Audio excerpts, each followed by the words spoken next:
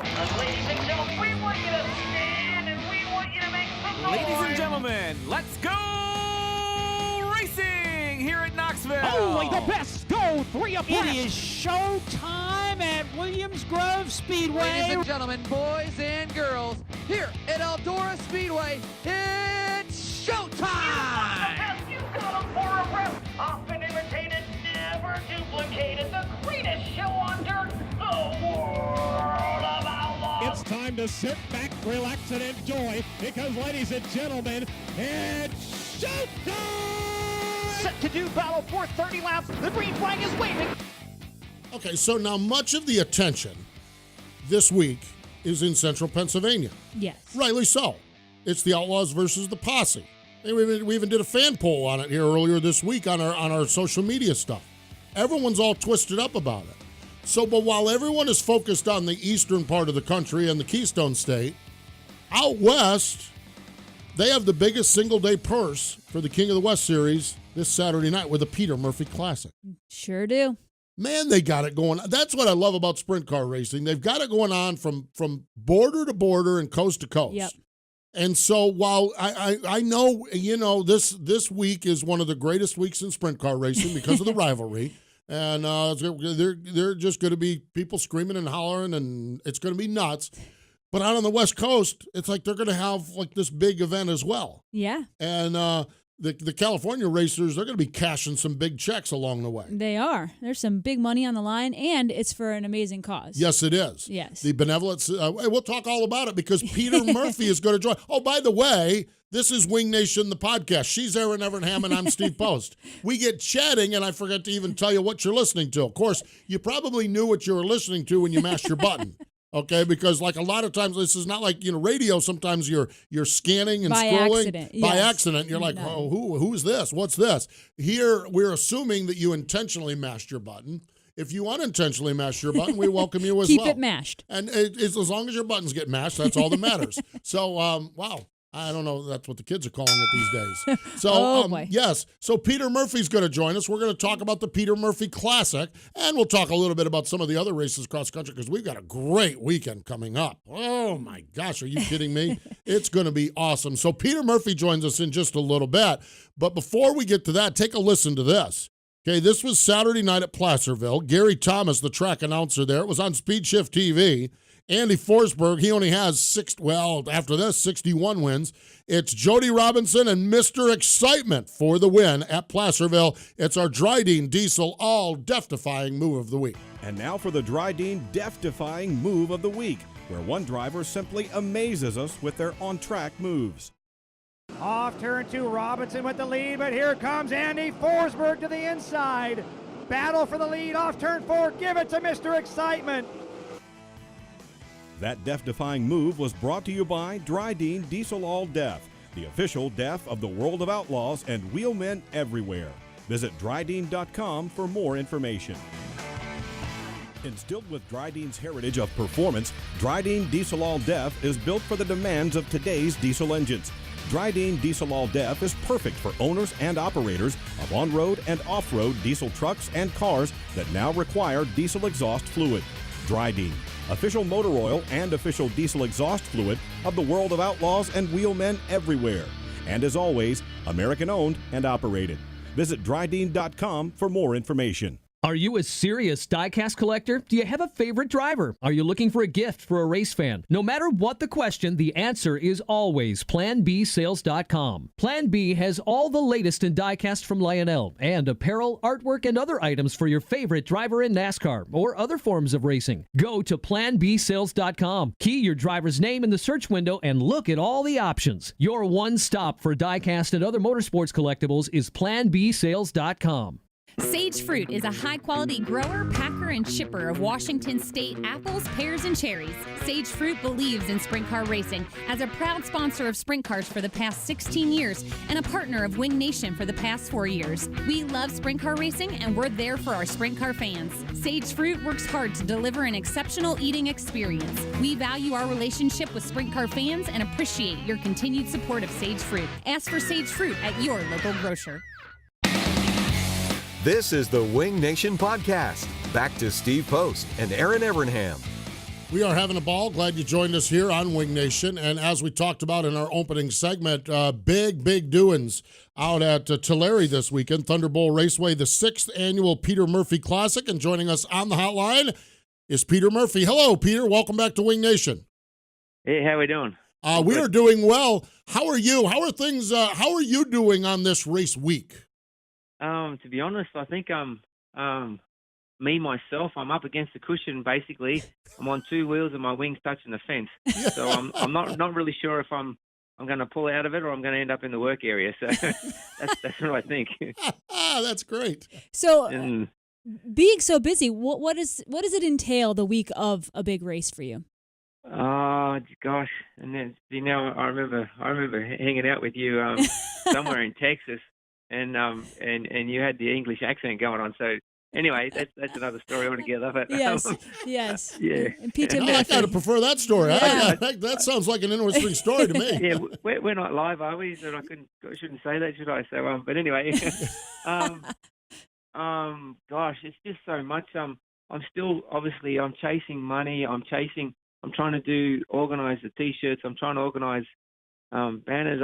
There's so much that I'm just trying to, because I'm trying to orchestrate a show on the Saturdays. The Friday is going to be a good show as well with the cars and everything, and hopefully the people and everything we're doing there. But Saturday I don't know if you know, I've got 8 truckloads of K-Rail that came into the middle just to change the way that things look, and then qualify from the middle like they do back home in Australia. We'll hot lap and qualify from there, and then go back out just so the fans have something to see. Because Tulare has such a high bank when they go out of after they leave the track.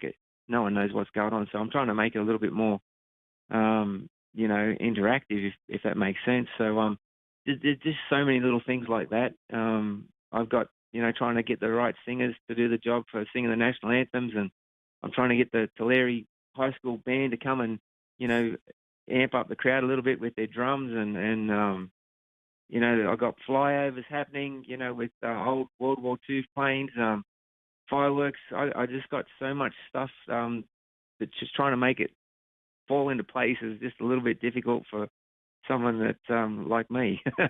So the story here is phenomenal. It takes a terrible situation. Peter, you were involved in an accident in 2013 that put you out of the cockpit of the race car, and yet your passion for the sport never waned. Was there any waning or anything like that, or is it just this? I don't know. If you want to it's getting a little bit deep for me there, but because I know really when it happened and from when I could start remembering stuff, there's always like why did this happen and all that kind of stuff. But since that point, I just I think I don't think the hit in the head really helped me or hurt me.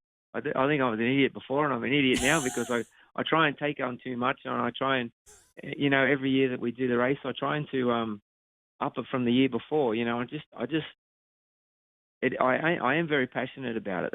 That's a fact. I wish I could race, but I can't. So this is something that I really enjoy doing, and not so much at this point here, or even up until Friday morning, but Friday night, Saturday night, when things come together, if they come together. Then I'll be pretty happy. I'm getting goosebumps thinking that it might come together. So it would be good anyway, that's for sure.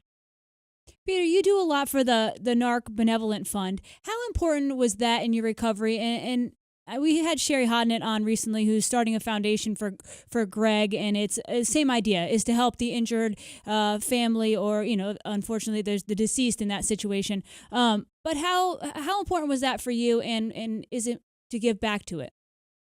Well, we had our own business back then, making stickers and stuff, and to be honest, like when I crashed, we had in the race team, we had 3 full-time employees, and we had a person working in the sign shop. It was just, but when we crashed, it just shut everything down, and it was pretty hard, I guess, and basically I don't have no memory of that part of it, but if when everything stops, then there's no income, so and we had a good income with our business, and the racing was good as well. So it was kind of even. It was really good. But when it stops, and then if it wasn't for the Benevolent Fund stepping in and helping, our week to week, we would have failed enormously. So we wouldn't have had a business, and we would have just so without their help, that I believe I owe them so much, because they just help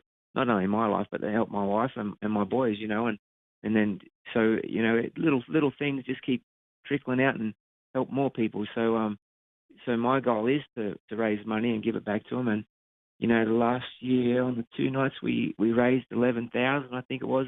We actually raised 7. Actually, is what we did raise, and then someone says, "Well, I got a check for $3,000 to help you get it even better." And then someone knew that, and they said, "Well, that's only 10, and your number's 11." So someone gave me another 1,000, make it 11. So because my race plays on numbers and everything as well. So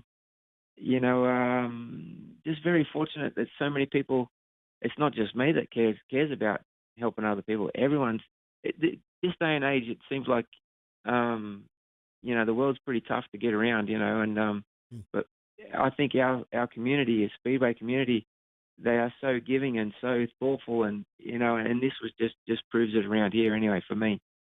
Yeah, that's well said, well documented. The racing community, boy, pulls together, that's for sure. So this is to benefit, of course, the NARC Benevolent Fund, but there's also going to be a lot of drivers that are going to benefit. $11,000 to win, a $10,000 bonus for the Aussie Pole Shuffle. I don't even know what that means. $1,000 to start this thing. You've got traditional sprint cars, the Sprint Car Challenge Tour on Friday night, getting big purses along the way. Why is it important for you that this purse just be the biggest one that the NARC Series has this year for a single day show? Why is that important to you too? Well, it's two things. And to be honest, if I could raise more, it would be more, because as you guys know, it costs money to go racing, and I think we need to pay what it's worth, and even I don't think 1,000 to start. That's what it should be weekly, basically. Yeah. Inflation and everything's gone up. Everything's gone up except for the prize money, unfortunately. But that's just, I just think that, everyone, I know what it takes to go, and I know what kind of pressure it puts on people to get there. And then, for silly things to happen. But, if you can get into it, well, then, then you're going to be rewarded. So that's the point there. So, in the SCCT, they generally pay $2,500 to win. Their second night is going to be $5,000 to win, and they generally pay $400 to start. It's going to be $800 to start. So just stuff like that. But the KWS series, we do have that. We have a bit of a challenge thing happening, to where if whoever wins the pole shuffle, going to give them a deal. Like if you go and start out of 11, well, then I'll give you $200 a car that you pass by the time you get to 5th, but I'm not going to pay you until you get to 5th. So then we'll put a ribbon on the car if someone takes it. So then now the fans are watching a race within the race. They're watching the race up front, and now we're going to see how good old mate is. Is he any good, or is he going to make it, or what's he going to do? So we're watching him, but if he's going to try his hardest, then he's not going to get any money until he gets to 5th. Nothing extra. So I think 6th place pays $1,700. So if he finishes 6th, that's what he gets. But if he gets to 5th, well, I think it pays $1,800. Plus we've banked $200 a car. That makes another $1,200. So that gives him $3,000 to run 5th. Because he's put on a show, he's going to end up with $1,000 more than the guy in 4th, it's $2,000. Because he's putting on a show. But then so on as it goes up. So if he gets to 4th, I'll double it then. So it goes from $2,000 to $4,000 for that part, which puts him again in front of the guy in 3rd. But if it gets to 3rd, well, then we'll double that. So it gets up to where 2nd pays $5,000 for 2nd. If he gets to 2nd, I'll double it and make it 10, so he's $1,000 short of the winner, because the winner deserves to get what he gets. But you put on a show, so here's an extra, here's $10,000 all up. So you've had an effort and you had a go, and everyone's pretty happy. So, but if he does win it, well, then we'll just add 10 and make it 21, because that was another car that I drove a lot. So these are I have stupid ideas, so many stupid ideas, but it only takes money, so and I don't have any. Only. So the guy wins the pole shuffle. He starts 11th, and he drives to the front and wins this thing. He's walking out with $21,000. Holy cow! Wow. Yes. Man, you guys in I'm California, I always talk, when we talk about the Trophy Cup, you guys in California encourage passing, don't you? Well, you got to. There's two things I think you got to look at. Obviously, being a race car driver, you want to make it as easy as possible. You want the fastest off the front if you're the driver. But Yeah. if you got a chance of making really, really obscene money, well, why wouldn't you do that? And then, then it goes back to the people on the hill or in the grandstand. Like, we have to entertain these people, otherwise they won't come back. So and I think that's something that we forget that we got to do. So hence is why my Saturday night show is. Friday night's going to be good, but Saturdays I'm hoping to be even way better. So, but it's all about entertaining the people to keep them, the whole way, just so they don't get bored or whatever. Obviously crashes will make things run longer, but there's a lot of things out of our control. But if we can control it, we'll try and make it roll really quick. And then, like on the second night, I'm still talking about this, but I don't want 10-lap heat races. To me, once 4 laps are in, they're pretty much strung out. 6 laps, but 10 laps is just too long, I think, where nothing is going to happen towards the end unless, someone gets a flat. But you know what? So I want to make them 8-lap heat races so they're even quicker again. Going backwards a step to the USAC non-wings that are running on the Friday, the first race of the night is what they used to do at Ascot, dash for, it was a trophy dash, I guess. Fastest 4 qualifiers. Doesn't mean nothing to them but a trophy. But, well, my race, it means $500 to win, $400 for second, $300 for third, $200 for fourth. And that's cash money. There you go. On the track, you get that. But generally, I'm not going to have, it's going to be inverted 4, but I'm only going to make it 3 laps this year. So you got to have your elbows up from the get-go and have a go. So I think we need to jump on a plane and get out there, Erin. Seriously, I love the ideas. I do. I mean, the excitement for the drivers, for the fans, I love it. That is amazing. Again, like what we just said, we've got to entertain the people on hill. But if we make a change, like I said, instead of having a 4-lap dash, have a 3-lap dash. Well, that's just changed your attitude in the car, isn't it? Like, man, I got to get going now. And then the same for, and then going to the pole shuffle.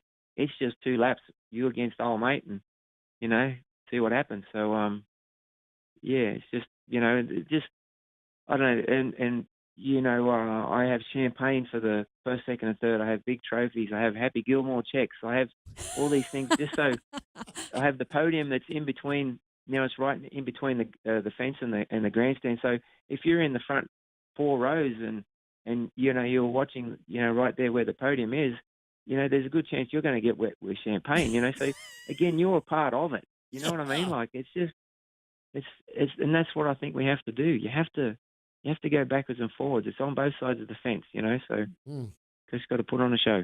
That is so refreshing. It really is. I mean, and I love those ideas. Peter, we're right up against the clock time-wise. Yep. This weekend, Tulare, the Peter Murphy Classic coming up, Friday night, Saturday night racing. Is there anything else the fans need to know other than be there? No, I think that's good enough. I think so. I don't know.